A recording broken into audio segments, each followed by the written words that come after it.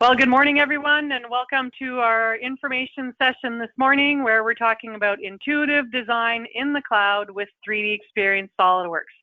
So we've gone from talking about clouds in terms of weather and whether we're happy that they're there, we're not happy that they're there, to talking about cloud from a technology perspective. And obviously that terminology has been around for a couple of years now. This is not new from today.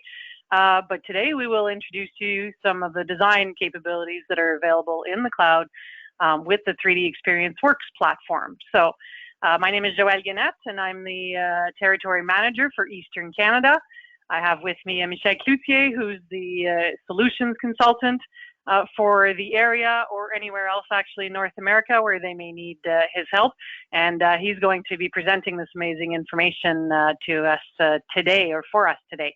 Just a quick review of what's available in terms of this GoToWebinar platform. If you're new to it, you have a panel on your right-hand side, and the first option in there is how to close that panel using the orange arrow. So if you click on that, it will hide so that you can see the screen in full view, making this a little easier.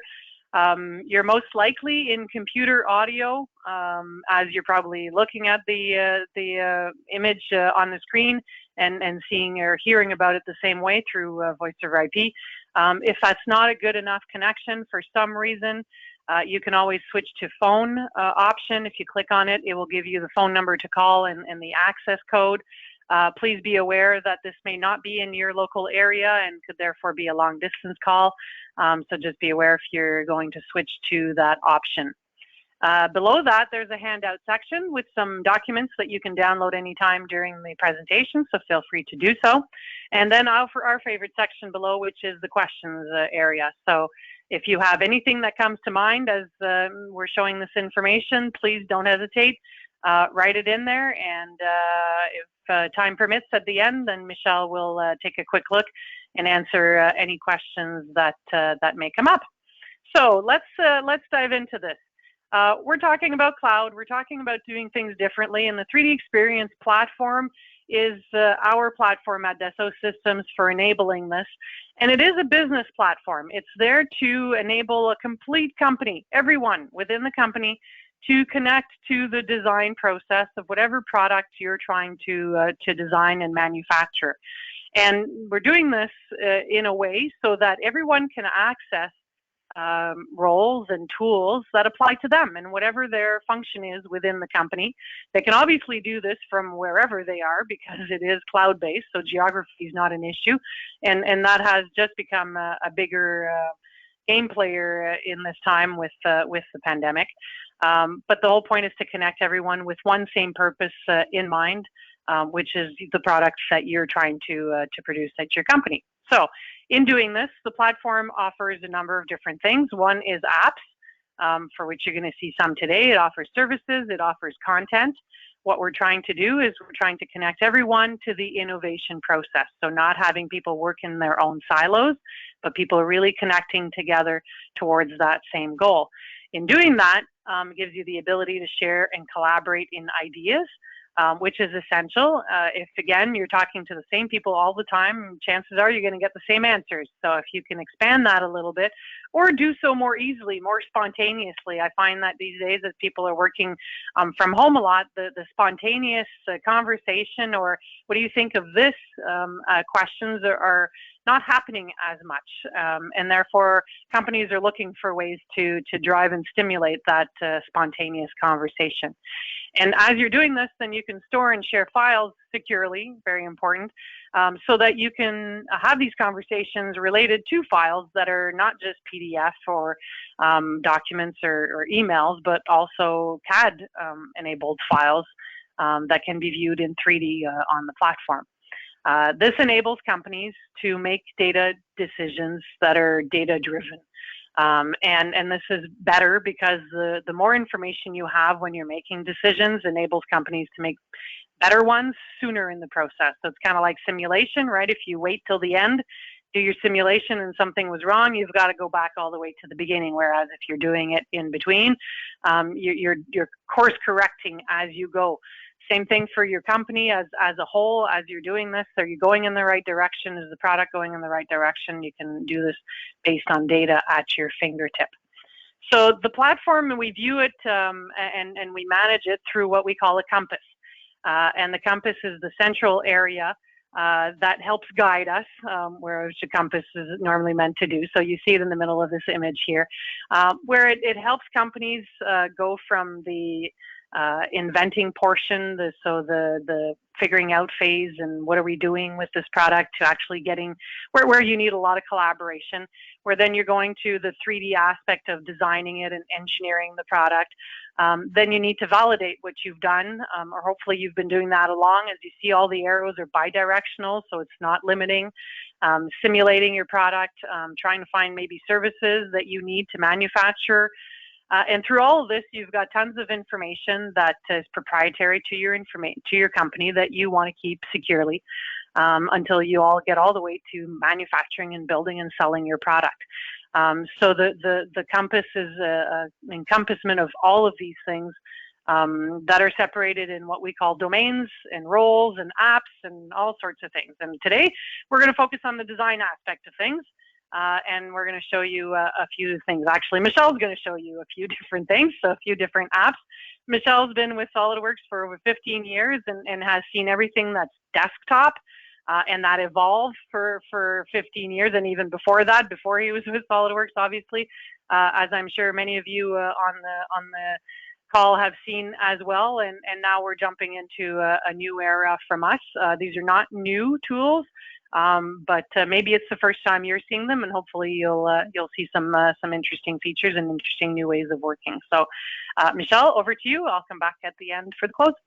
All right. Well, thank you, Joelle, and welcome everyone. Good morning. Yeah. So today we're gonna, Joelle mentioned the compass, and today we're going to actually focus on the west quadrant of that compass on 3D modeling design. Now, the twist there is that we're going to do that completely in a web browser using the 3DEXPERIENCE platform. And I'm going to show you two different tools, or apps, I should say, that are available. The first one is called XDesign. So you're going to hear me refer a lot to XDesign, which is the traditional modeling, feature-based, sketch-based design approach, similar to what SolidWorks has, but again, completely web-based. And then we're going to talk about Xshape. Now that doesn't have any equivalent inside of SolidWorks. Very different, subdivisional modeling, if you've ever heard of this. Really good, well suited to do organic type design, freeform type design. Now, what I'm going to go through today is actually this example, 3 different things we're going to do. We're going to start by doing some simple part modeling, just to give you an idea of the user interface, how it works, and all of that. Using this example, we're going to do some assembly modeling as well, right? One doesn't go without the other. You create parts, you got to put them into an assembly, so we're going to do that. And then we're going to jump into really free-form design to design the base of that monitor stand. So let's get going. First things first, part modeling. Actually, before I start modeling, I'm going to show you what I'm going to be modeling is actually this little part here. So I 3D printed this part yesterday. It's the yoke that holds the monitor, the center stand, the center post goes through here, and you got the 2 different arms. I actually printed half of the model just to give you a nice little section view so you can see how it looks like from the inside. And this is what we're going to be modeling in XDesign right now. So let's jump into XDesign. And let me just turn this off and my webcam off. And let's go into XDesign. Now, as you see, I actually have nothing open on purpose. Again, I wanted to highlight that today or this morning, we're going to always be using my web browser. Honestly, you can understand I'm using Google Chrome, but you can use any browser on any device. Once I log into the platform, or my platform, I should say, I'm going to land into what we call the dashboard. The dashboard is basically your workspace, work area on the platform. Now you see as this is loading, I've got two different sections of my dashboard currently. On the left, I got XDesign, which is going to be my 3D modeler. And on the right, I got a few shortcuts. So let's just start my new yoke by simply doing a drag and drop. I could start fresh, start new. This one, I actually had a part save, but it's empty. As you'll see, it's opening right now. If I extend that to get a better view of everything, like I said, you see there's nothing. You have actually a feature manager or a design manager tree you see on the left for those familiar with SOLIDWORKS and CAD modeling in general. Now I want to start modeling this design. So, first things first, I'm going to start selecting a plane, and you're gonna see all those little pop-ups come up. That really is pointing me into the next step. I select a plane. What's the next step? Well, create a sketch. If you're familiar with the S key on SOLIDWORKS, you're going to be right at home using XDesign. So I'm going to simply start by modeling my two main sketches. Now I need to put some dimensions. A single click gives me the ability to type in a dimension. So the diameter is going to be 35. Now you see I've actually sketched it at 150 something. If I type in 35 and hit enter, it's actually going to scale because I don't have any visual frame of reference right now. So now it's going to scale everything to 35. But if I select this one here and type this one to 50, now it's going to resize it to the right dimension. Now that I've done this, I'm going to exit the sketch. And again, using the S key shortcut, I'm going to say I want to extrude this profile. I'm going to select it on the screen. I got a nice preview. Again, familiar interface. Type in 50, mid-plane. I'm happy with that input, and I'm going to say OK to that. Once I've done this, I want to model like the two cylindrical features for the arms. So that's the main body of my part. I'm actually going to start using the features down here. So down on the bottom, I got different sets of tools, so sketch and features and whatnot. So rather than selecting the plane, I can actually select a sketch entity first, and then it's going to ask me for a plane where to sketch the line. And when I do that, I get launched directly into my sketch mode. Add two circles to this, so one here, one there. Now this line is only just for reference. I'm gonna turn it into a construction line. And by the way, just add a dimension to get everything settled down. I'm going to add a diameter to this. See how quick this is. It's just, click here and you just type in the values. So 12 and 20. Now I need to attach these cylindrical features to my main body. By selecting the main body, I get this pop-up that's prompting me to convert, which is I want to reuse the sketch geometry, the circle geometry. And by simply doing that very easily, I can now add two lines to connect both of them. Now you'll notice these two lines, I want them to be tangent. So there's a couple of ways we can do this. We can control select the sketch, circle, and line, and then I got a prompt to give me all the options. So here I only have the tangent, fix, and orthogonal, which is perpendicular. I'm gonna make it tangent. I could also just single click the point and it would prompt me to make it tangent as well. So you see it's smart, it understands by selection, it gives me different options.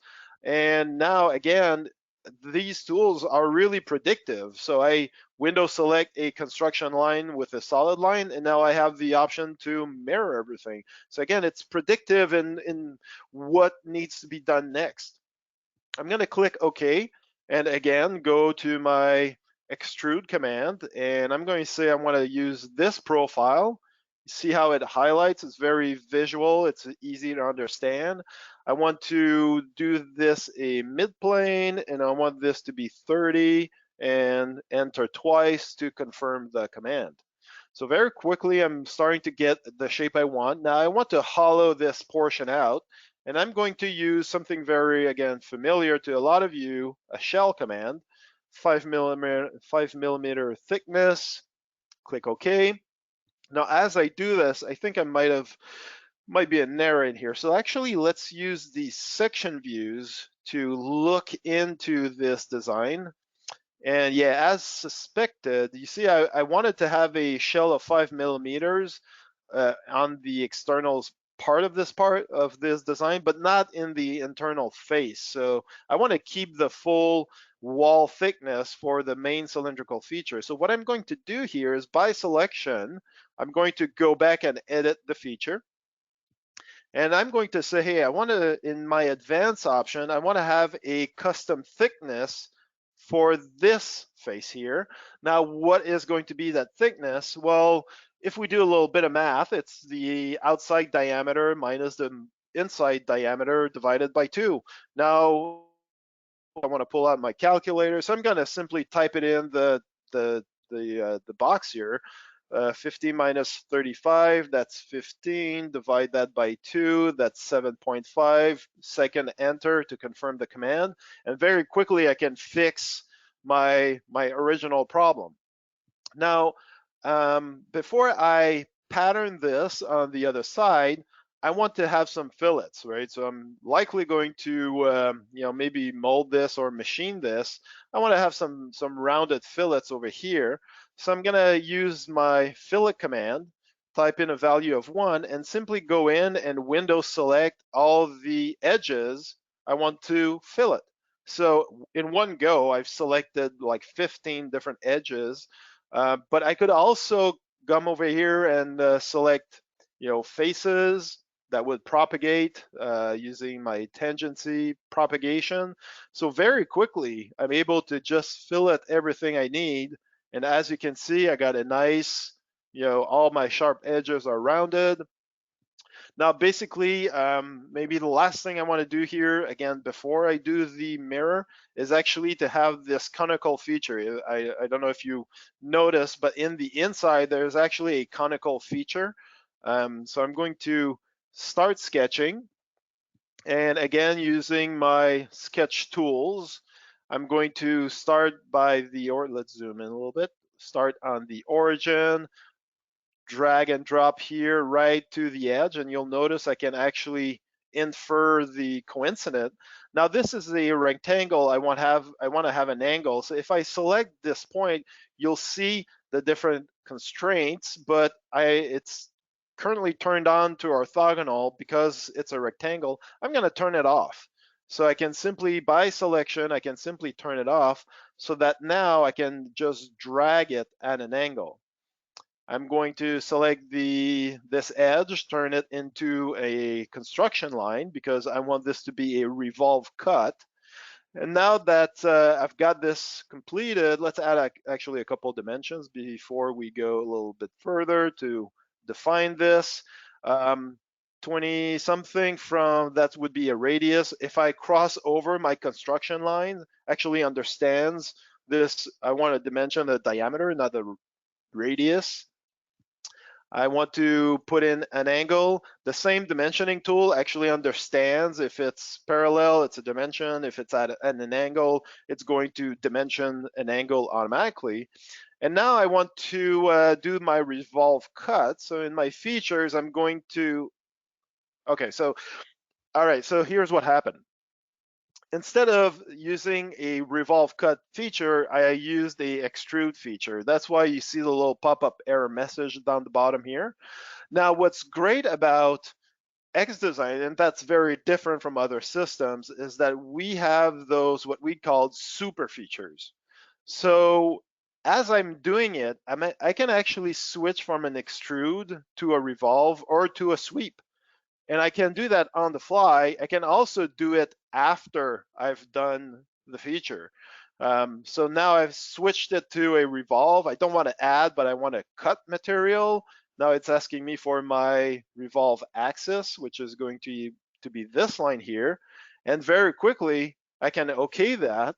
And I fixed my issue. And again, I can actually go back in and switch from one to the other. That's what we call super feature, really useful. Happens to me all the time when I extrude material and add material, and then I realize I wanted to remove, or I remove I wanted to add. I don't have to delete that feature. I just go back and edit it. The last thing I want to do, simply a mirror to the body and click OK. And now very quickly, I've got my part complete. Now this part I can interrogate a little bit further. I got in my tools, I can, figure out what's the weight of my component just by selecting it. I got my dimensional information for volume, mass, area. The material by default is assigned to aluminum, but I can change that. I got access to center of gravity.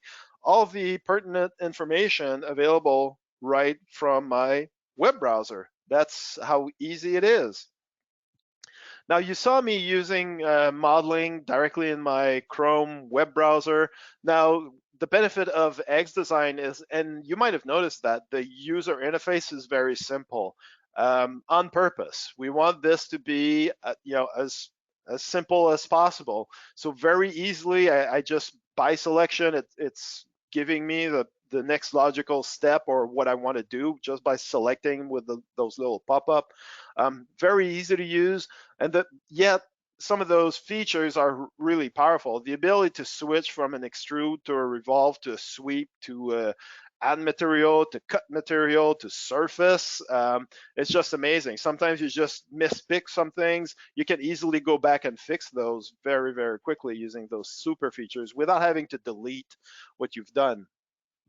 Now the next step is I want to go into the assembly. I need to replace this yoke that I've redesigned, take out the old one, put in the new one, do some assembly edits, verification, add some components, the typical, assembly design type of work. So let's go back into XDesign. And this time I'm going to actually use my bookmark. So I saved that, I believe. Yes, I did. I use my bookmarks and I'm going to drag and drop my assembly right inside my window. Now it's prompting me, do I want to insert in here? No, I want to actually open it on its own window. So I'm going to do that. And as it's doing this, it's loading the assembly in my web browser. It takes a couple seconds. Once I've done this, let's see what we need to do for design. So this is, as you can see, the red part here, that's my old yoke that I want to replace. Now inside of XDesign, I got my assembly modeling tools as well. So I can say, hey, this part here, I want to replace. What do I want to replace it with? Well, I'm gonna launch the search and I'm going to type in a new yoke. And of course, I'm getting a Windows update, but that I'm going to dismiss that. And I'm going to select my new yoke from here. I'm going to click OK. And in the panel here, I got the option to solve mates as I'm replacing this component, because as you can see, there's components mated to this yoke, and this yoke is mated to some other components. So now it'll try to solve all the mates, and if it can't, it'll just prompt me to, help me out and say, hey, how I need to reposition all of these. So you see here, 4 different mates that needs to be repositioned. So I just need to go ahead and start selecting. So this here is the top face that makes everything coincident. It's now going to be mated to this top face. And as I'm selecting these, you can see they're moving around. This is my concentric mate that's going to go over into this cylindrical face.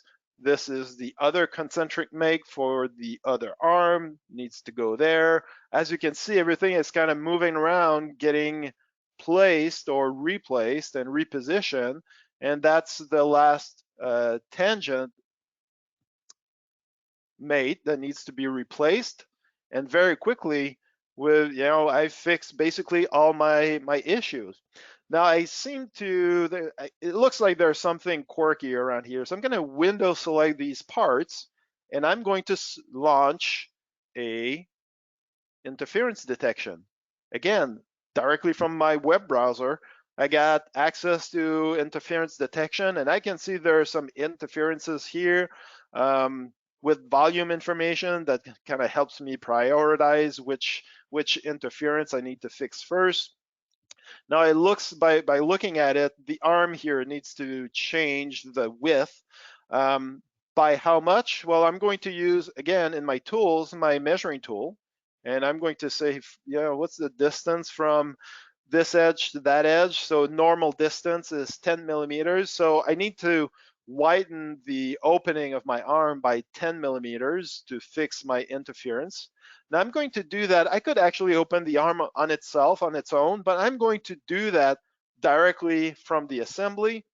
How I do that, it's so simple. I select and say edit, or I can also simply double click the arm, and that's going to activate the arm, meaning that I'm now entering the edit mode for this part. So as you see, that's why everything else kind of becomes transparent. And in my tree here, I can see there's all the features used to create this arm. And here I got one here, it's called gap. Double click that. Now it's 24, so if you remember, we said we needed 10 millimeters more, so that's 34 now. So I'm going to change that to 34, click OK. So now it rebuilds that part, but if I wanted to rebuild the assembly, I can actually say I want to solve the assembly. So that rebuilds the whole assembly. That's why you see some of the parts shifting, because now everything is updated. Looks like that's it for that. I want to go back to editing the assembly, double click the top assembly. And now I'm going back into the assembly mode. And the last thing I want to do here is add my cable clip that's going along this tube here. So again, from my assemblies, or I'm going to simply say I want to insert a new component. I'm going to launch a search. I know it's called cable something. I'm not sure what's the full name or the appropriate name, but I know it's called cable something. So I'm going to launch a search for cable. And you see I got a lot of different results, but what's great about these searches is now you can filter by who's the owner, the date and time it was last modified, the date it was modified. In this case, I'm going to filter to where the file I'm looking into. So I'm looking into this space here called Xdemo. I'm going to select my part. It's going to bring it into my assembly.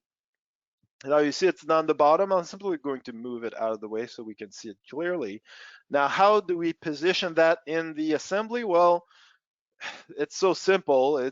I select the inside face, control select this tube, and again, you see the pop-up. I only have those limited options of 2 cylindrical faces. Well, I want to make them concentric. Click OK. I can say apply and continue because I want to do some more mating or positioning. So I'm going to select this flat face over here, and I want this flat face to go somewhere in relation to this one. Now I probably don't want it coincident, but I can switch it right from here to distance, type in a value, 50 looks good. I could also use distance limit. So let's say I wanted to slide within a certain range. I can put in that range from minimum to maximum. In this case, I'm simply going to say 50 and hit OK to confirm. But I do want to have two of them.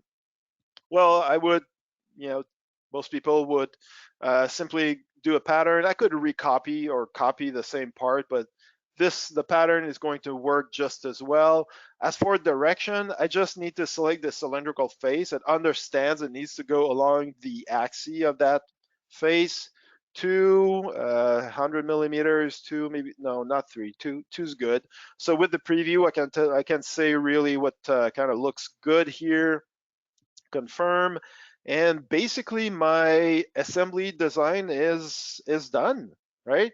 So if we look back at this really quick, so again, assembly design, pretty much like part modeling, it's fast and simple. You want to make something, control select faces, we got coincident, the major type of positional mates are there, but you can still do get some good insights. Interference detection is one of them. I could have went back and look at the mass properties of my assembly if I wanted to. Something I didn't mention or didn't show, we also have motion, and I'll show it. I forgot to kind of mention it, but once you use those mates to position parts, you can also move your assembly again right within a internet browser, which is pretty cool. Next thing I want to do, and this is going to be different from what most of you are used to. I want to do some freeform design, and you see the pedestal cover down on the image. Now, typically, I'm going to use another set of tool called Xshape to do that, and it works very differently than what you're used to SOLIDWORKS, right? So if you wanted to do that inside of SOLIDWORKS, you'd likely start with Sketch, use splines, maybe some surfacing tools, a lot of blending. It can be quite some work, even though it looks simple. It could be quite some work. Now, using Freeform, it's a complete different paradigm, and you model things very completely differently. So I think you're gonna enjoy watching this. If you've never seen freeform design or subdivisional modeling, let's go ahead and take a look. So again, I'm switching back to SOLIDWORKS. Oh, one thing before we actually start modeling, I didn't mention it earlier, but you see I can do some assembly motion with my arm right inside my assembly here. So this is easily doable inside of XDesign on the web. But let's focus on this pedestal here where we want to start modeling. Now this part here is my base. So I'm going to double click to activate it because I want to do some edits in this part. And you see here, I already have a few sketches of the shape I want. So that's from the top, that's from the side. And how are we going to do that? Well, I want to switch my design mode. If I stayed in XDesign, I could use my sketch tools with splines. I could use surfacing. So we do have surfacing tools inside of XDesign.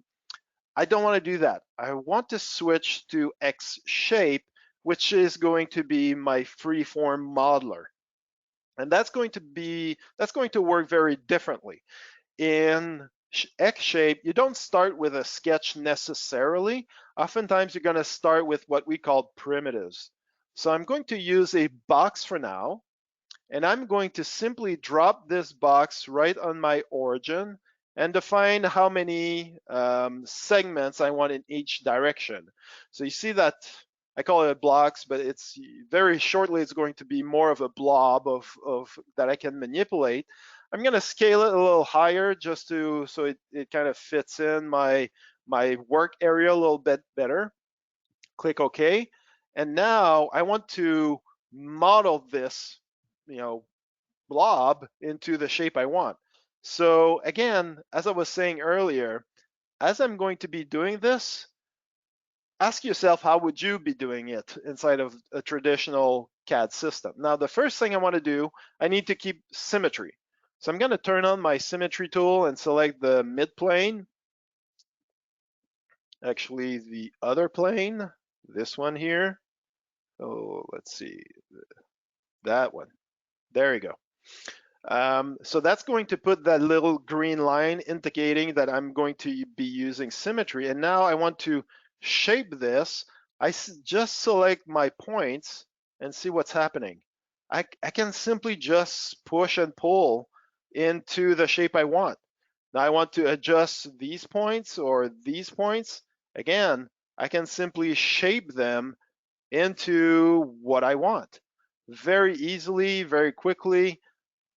I can simply model this and make it match it to my sketch I have in the background. So the sketch is not mandatory, but certainly useful here just to get the shape in place.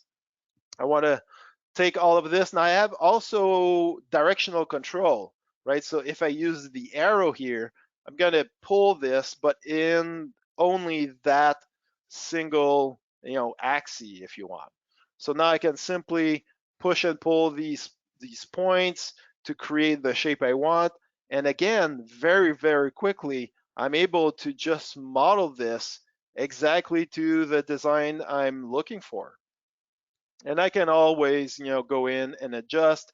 And another way of controlling this is sometimes we'll want to use the cage. So we can also model this or control this using what we call cage points as well. So if you want to kind of help out with some of the shape here, you can also use these cages control and just kind of model it to the appropriate model you want. So again, see how quickly I was able to model this. Again, this actually I could probably pull all of this a little further down, maybe this one here again, just to match the sketch. But very quickly, this is really easy to do. Again, ask yourself how long would it have taken you to do this inside of traditional tools like Sketch and Spline and whatnot. I just pushed and pull.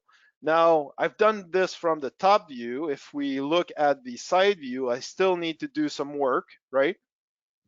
Now, the first thing I want to do on the side view is the bottom face needs to be flat. It's not right now.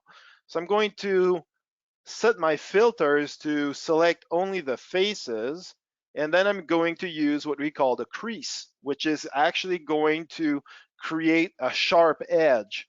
Now that I've done this, I can then go back and start controlling these entities. And as you can see, I want to control here in this axis.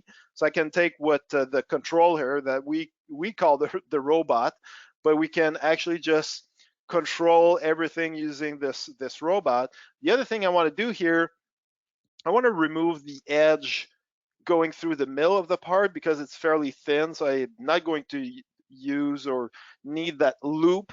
I can simply select it, delete it, and then go back to selecting my entities, window select, and move them to the shape. Now you see here, if I look at the back sketch here, you see it's at an angle.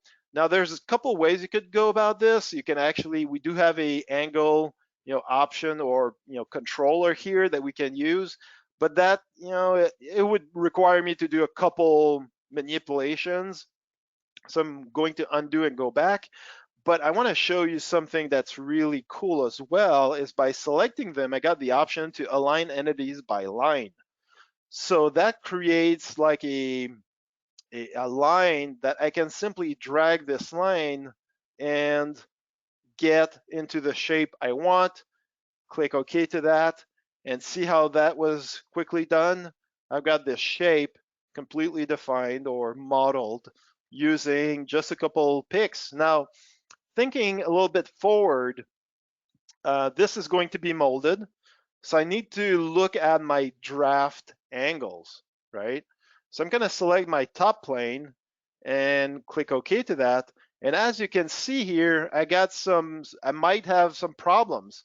So I want to adjust this. So far you've seen me using those points to control. I can also use the edges, but using XDesign, I can also just grab the faces. And as I'm moving this, you see the draft analysis is interactive.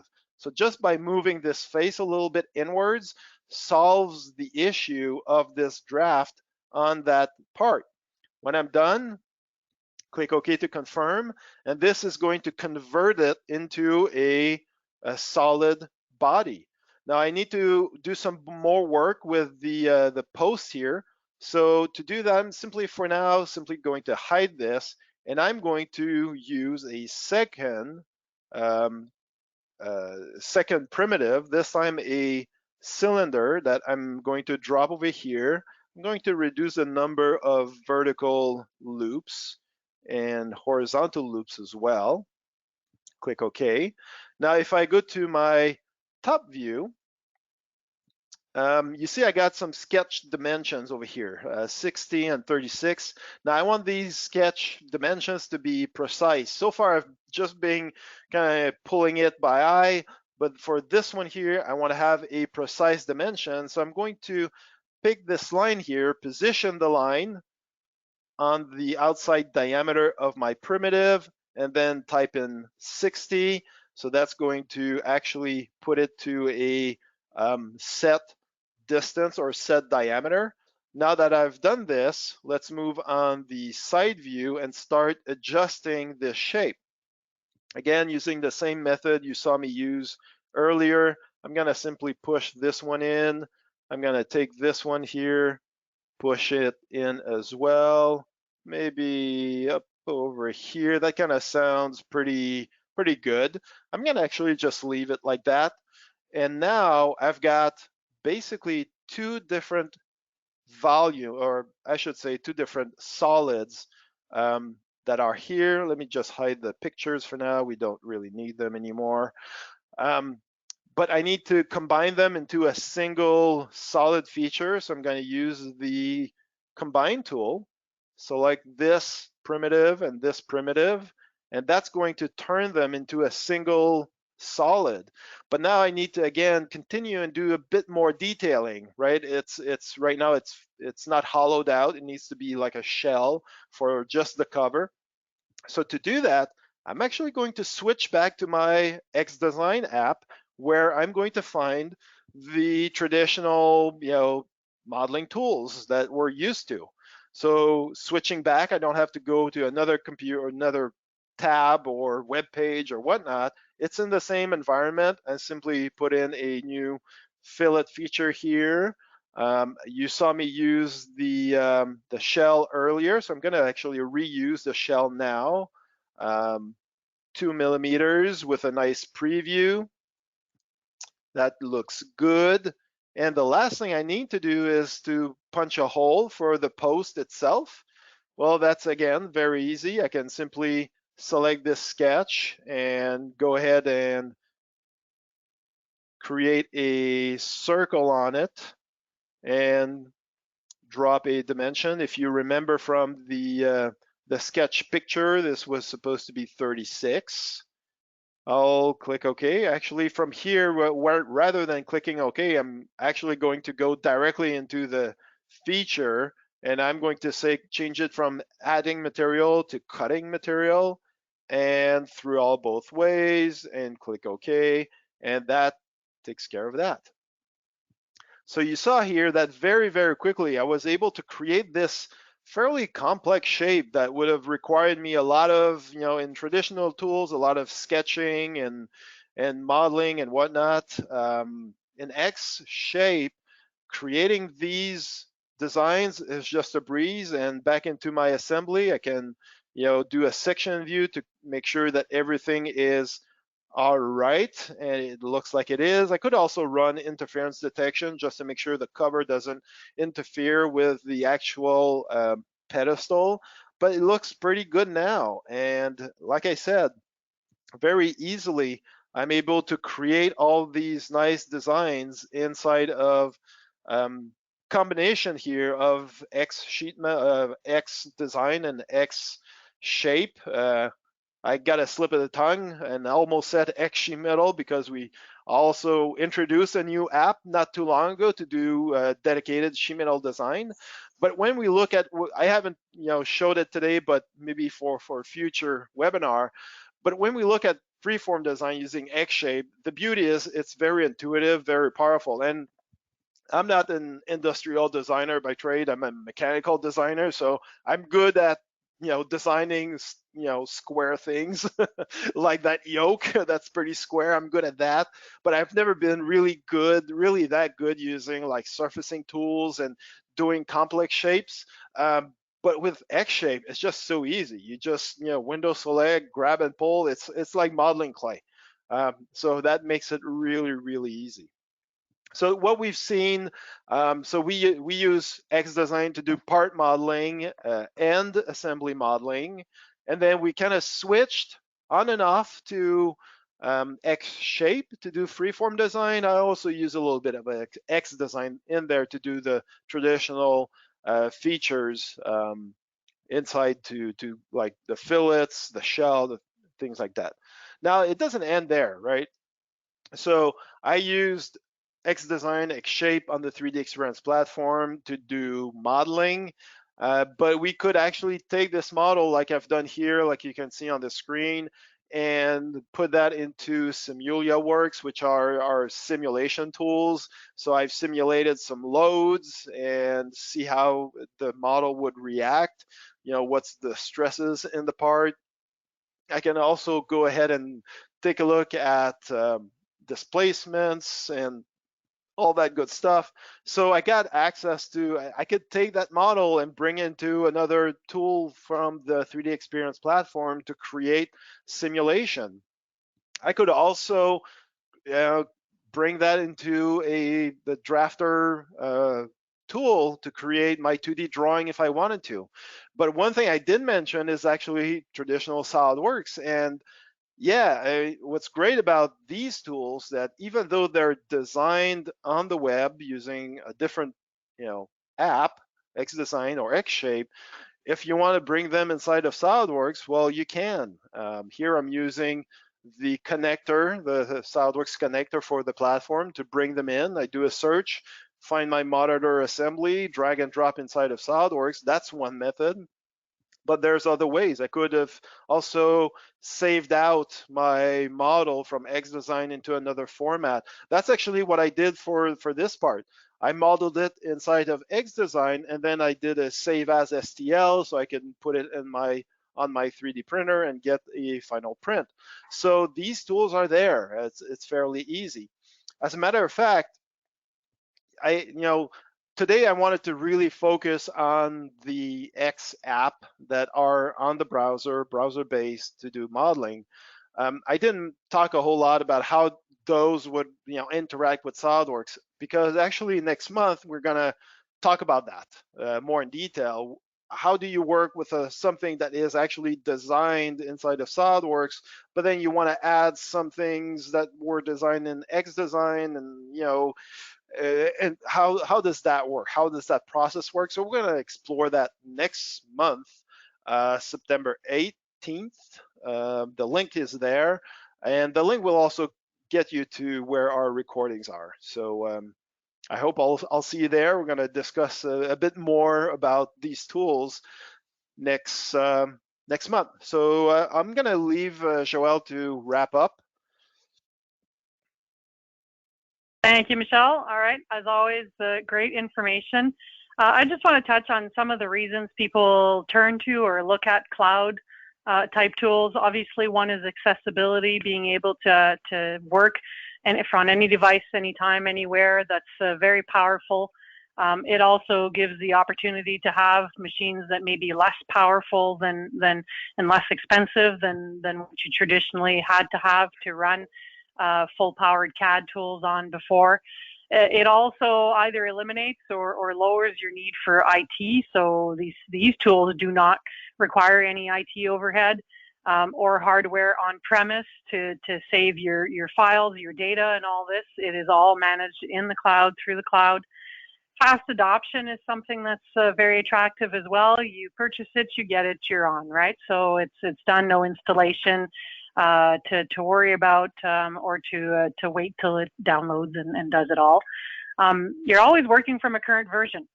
So you may have lived through this before of we have to stop work, or we're now going to migrate to finally to the latest version of, and it could be SolidWorks or it could be something else that you're working with. But with cloud tools, this is no longer a problem or a stopping in your work. It's scalable. So either scalable in the fashion of adding roles that you may need when you need them, such as Michel showed simulation, right? So all of a sudden you're at that point, you need simulation. Well, let's now attribute a simulation role that's already been purchased maybe, or purchase one at that point. And also adding other people to the team or removing from the team is quite simple. Security is also something that's a game changer today. We've actually, I've spoken to a number of our customers whose servers were hacked into, and one of those you pay or to get your data back. Very frustrating, and people are realizing now that the cloud is actually more secure. In certain circumstances when managed by companies who have secure functions like the SO systems have. more secure than their servers could possibly ever be. So a number of reasons why people look at cloud-based applications. Michelle, I take it you're looking to see if there are any questions? No questions, but No questions. if questions do come up, maybe after, well, I'm gonna put my email, and yeah, just shoot me an email.